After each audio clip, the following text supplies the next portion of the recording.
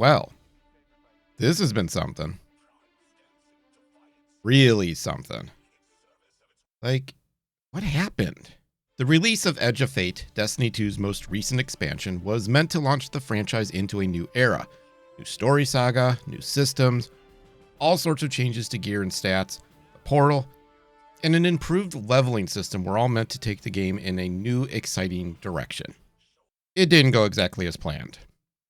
In fact, many of the new changes had to be significantly adjusted because of how bad things were going. Almost immediately, the problems were apparent. Stats had been completely reworked, but weren't actually acting in the way that they were supposed to. There were a ton of bugs, not to be unexpected, of course, with all these changes, but some were pretty egregious in a how did this make it into the final release way. I know this isn't entirely new. Bugs have been an increasingly large part of the game, and it has felt like an eternity since something launched without any major issues, but the number of bugs and severity of those bugs felt really, really high. It truly felt like Bungie bit off way more than it could chew, even more than usual. So, how did I think things went? I'm going to break this down into 4 main sections: the story content and the destination alongside it, the portal, the changes to stats and gear, and the new raid. Not necessarily in that order. Look, I personally enjoyed the first couple of weeks with the new content. I thought the story introduced in Edge of Fate was pretty good. The 9 have always been interesting and kind of lingering in the background, so seeing them potentially thrust into the spotlight was neat. Lodi is one of the best new characters this game has seen in a very long time and helped make the story feel that much better. You could nitpick some of the delivery of his lines, but overall, the performance was very good and the character was well written. I initially found the idea of world tiers to be interesting and even thought it would be cool to see them become part of other destinations. That was before I realized that there's really no benefit to them other than to get tier 5 armor once you get to a certain point. There is no real point to do anything on Kepler given the game's significant focus on power leveling, which is a shame because it could have done something. It also became very apparent that outside of the campaign and the normal triumph stuff associated with a new destination, there was nothing else new to do there, no reason to keep on unlocking things and searching for things. Sure, the Civ exists, but it only grants power up to 300, which wasn't super helpful once you pass that point other than to get the new exotic armor pieces. It's not the worst activity we've seen, but it wouldn't have mattered because it ultimately didn't contribute to power leveling. All in all, I feel like Bungie really dropped the ball on this location. And I don't know what it is, but running the campaign on secondary characters didn't feel quite as good. It wasn't as bad for me, but it was definitely noticeable for my friends. I think it's related to overall franchise fatigue more than anything, but it was definitely a thing. In years past, we couldn't run the campaign again soon enough to get things unlocked on our other characters. This felt like more of a slog, which, now that I'm thinking about it, could be related to how much busy work this campaign has, especially in between actual story missions. There's just a lot more do this stuff before you could do a story mission, which hasn't been a thing since Beyond Light. It's unfortunate because I really am interested in how the story is going to progress, even if Maya Sundaresh is kind of the focus at the moment. No, I have not been enraptured by her as a villain, no matter how much Bungie tries. There's still time, but I've largely been underwhelmed by that aspect, which is most likely because of how they developed her character up until this point. Despite that, yeah, I'm interested in how this story unfolds. As for Matterspark and all the Metroidvania stuff with Kepler, I enjoyed the time I got to turn into a ball and jolt enemies, especially after upgrading it post-campaign. It never bothered me in any significant way, nor did any of the other abilities you use on Kepler. If anything, I think we went from not doing a whole lot with them to use all of them all the time together over the course of the final mission, which is when we really got to see how creative Bungie could get with puzzles. But it's just another only use this here and nowhere else kind of situation, which, given what I'm about to talk about, feels real bad. So yeah, let's rip the Band-Aid off now. The portal. The big point of emphasis going into this expansion. The new way to get to activities, grind for power, and earn new gear. It landed with a thud with most of the player base. Look, conceptually, I think the portal is actually pretty okay. Does exactly what it's supposed to do, but that might have actually been part of the problem. It's also what makes this whole expansion feel even more strange. See, in years past, the new content launches and becomes the focal point, especially during the seasonal content era. You run that content to get power, get the newest gear, and occasionally return to old content for specific reasons. But this time, there was no new activity. There is no weekly thing to do. You just run old content over and over and over again to gain power.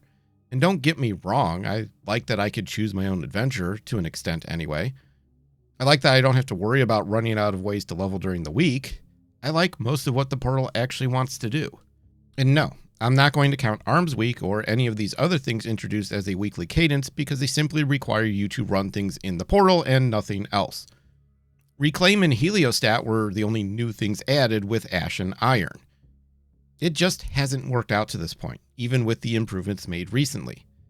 So let's start with the first pain point, having to actually level again, and leveling being the point of the game. See, over the last couple of years, Bungie has put less and less emphasis on leveling. Major expansions had leveling, but seasonal content leveling had largely ceased by the final shape.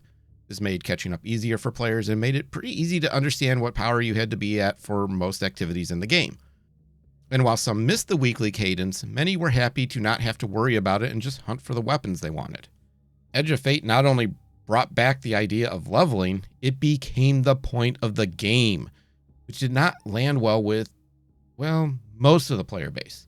I know there are some who are fine with it, but the general vibe I got from Twitch streams, YouTube comments, and social media was how much players hated that the game was strictly about leveling.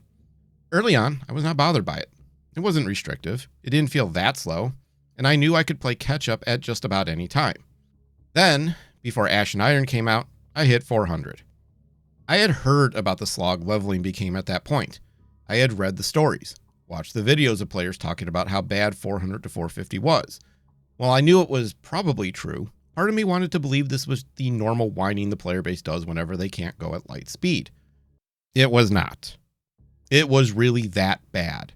I spent an entire week trying to see if I could get to 410, and I did not make it. I ran dozens and dozens of solo ops each day. I'll get to this in a minute. And had 3 total prime engram drops. 3. While they were substantial increases, it felt awful. My friend at one point told me that you were guaranteed to get one after 20 missions, which didn't make me feel better, especially after the second and third were within a few missions of each other. For the first time, I was legitimately upset. The game was absolutely disrespecting my time, which felt worse since it became clear why everyone said solo ops were bust. To be clear, it was revealed very early on that solo ops was the best way to level if speed was your goal, something that absolutely dismayed me. What's the point of having fire team ops and pinnacle ops if everyone's just running K1 logistics 37 times a day? While you could opt to ignore this and just play how you want, it was incredibly frustrating to realize that a game designed around fire teams had become a solo player game. That's the second big failure of the portal in my mind. To me, solo ops is what you do when no one's around and you just want to get some quick power. Fire team ops is where you go to do some casual grinding, while pinnacle ops is for more advanced things with better rewards. But that's not how Bungie did things. Hell, even the new raid, which I will get to, didn't provide as much power as doing a bunch of the salt mines. To me, this isn't just poor design, but poor philosophy. But yet, that still isn't the biggest issue with the portal, at least for me.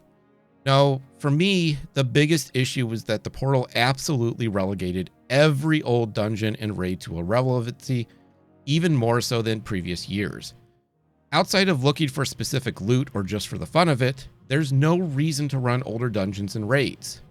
And listen, old raids and dungeons have often been relegated this way, but at least in the past, you had the rotator system in place to give you a reason to at least step foot in these places.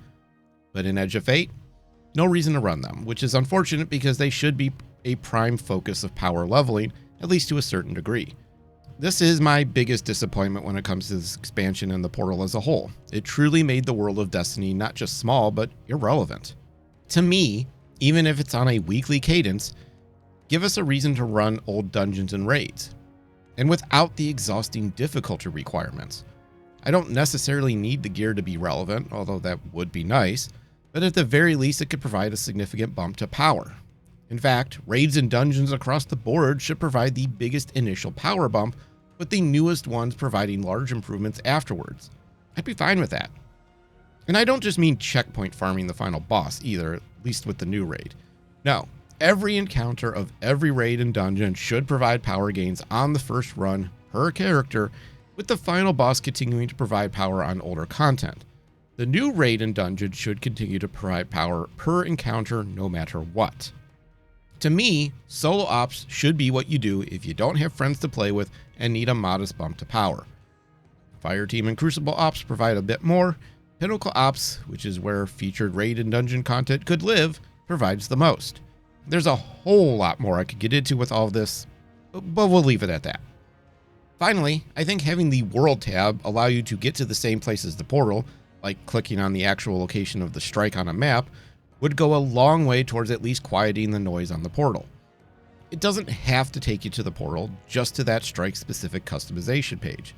I also think each week, your initial run of every activity in the portal can be done at a normal difficulty, with future attempts having to be done at the actual difficulty you're at. Sometimes we just want to jump on and not have to stress about what we're doing. It doesn't have to be massive power gains, but at least something. I'm not going to get really into the actual difficulties, as I've thought they've largely felt fine, but I will say I'm greatly disappointed in how Bungie handled the customization part. Just felt for the longest time it was too much of how many negative modifiers you needed to actually get the score versus actually choosing how you want to play. I do think normalizing the difficulties is a good step in the right direction, but I want to be able to play around with it more and not have to worry so much about losing points because I want to have fun.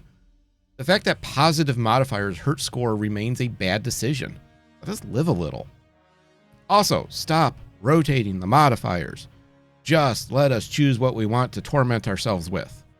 I'm also not fond of the timer system in place. It still feels very unforgiving, especially on certain activities and fireteam ops, and would rather see it either greatly extended or scrapped altogether. Hell, the scoring system all the way around has been far more annoying than anything and probably needs more work. It isn't really a problem until you hit ultimate difficulty though, so maybe just adding 5 to 10 minutes across the board would solve that issue. Overall, I still think the concept of the portal is sound. They just messed everything up about it, which is pretty bad. I will admit, the changes that they've implemented over the last month or so are good changes. Leveling feels a lot better, and bonus engrams now counting as power is massively helpful. A lot of it unfortunately falls under the category of why wasn't it like this from the start, which is a part of the larger problem. The Desert Perpetual raid is good. The day one experience on contest mode, however, was not good. I'm still not sure if we were playing at an accurate difficulty level, but I do know it was surprising that Bungie doubled down on difficulty and punished players so much. For the racers, it's great. For those of us not wanting to loadout swap every 3 minutes, it wasn't so great. I don't know what the solution is there. Bungie tried to eliminate loadout swapping for the Epic version, but it didn't really go over well, nor did it really work. So I don't know. What I do know is my days of contest mode content are probably over, and that makes me very sad. To be fair, that's more about not having a solid team to do the raid with, much less about the actual difficulty. But I'm not a fan of loadout swapping and feel if the game requires you to have to do that, it's not designed very well, and I will die on that hill. To those of you who enjoy it, I'm happy for you. I truly am. It's just not something I enjoy. But also, I'm just one player, so take what I say with a grain of salt. The raid itself was fantastic, though. I thought the encounters were a lot of fun and required a lot of heavy teamwork for you to succeed, which is how a raid should feel in my opinion.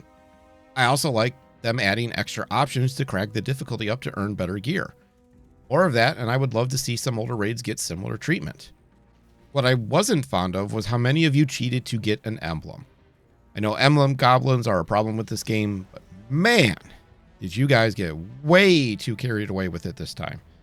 The notion that upwards of 70% of the top 100 clears were potentially cheaters is wild and shows just how sad some of you truly are. As many others said when it became clear that you were getting banned, get fucked. You got exactly what you deserved. As for the Epic raid, I still have not played it, but love what Bungie did with it and hope to see more of it in the future. Okay, so gear and stats are the last thing I want to touch on before we look ahead to Renegades. Look, I like chasing gear. I like the idea of actually having to grind for new armor and weapons.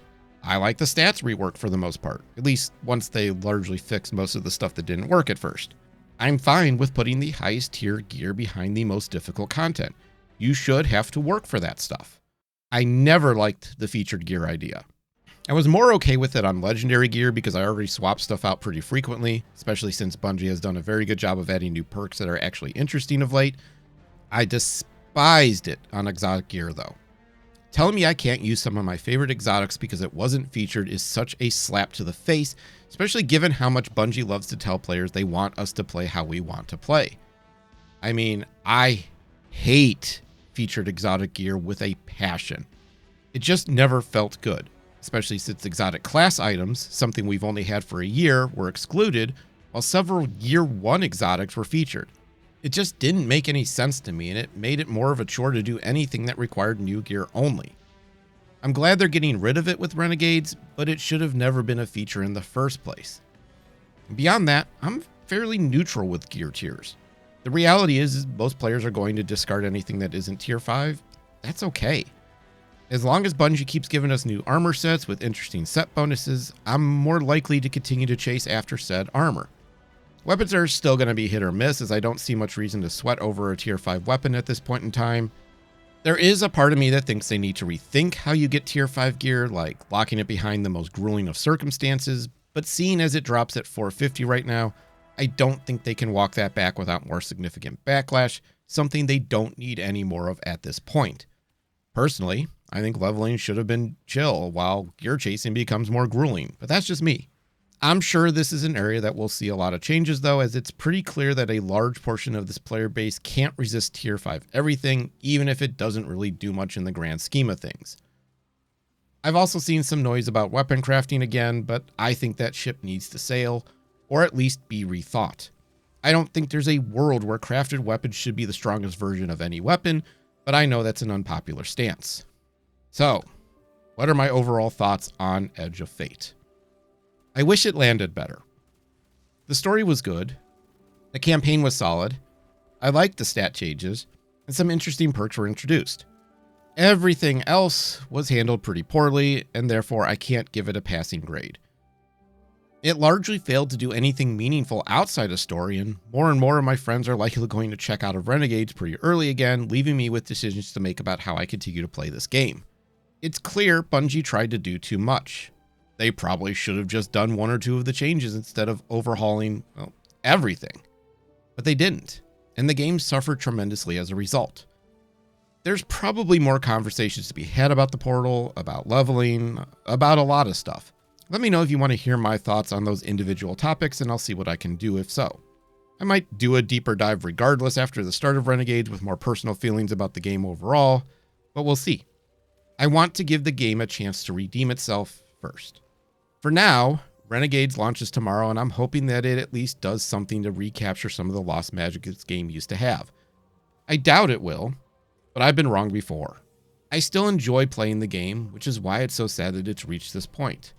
The Star Wars inspiration is interesting to me, seeing as I do love me some Star Wars, but I'm more interested to see how the new activities land and how things progress once we're past all the story stuff. I know a lot of players have zero interest in Star Wars, but so far it looks like the integration is being handled in a good way. So we'll see. That's about all I have for now. I'll see you all in Renegades. Thanks for watching.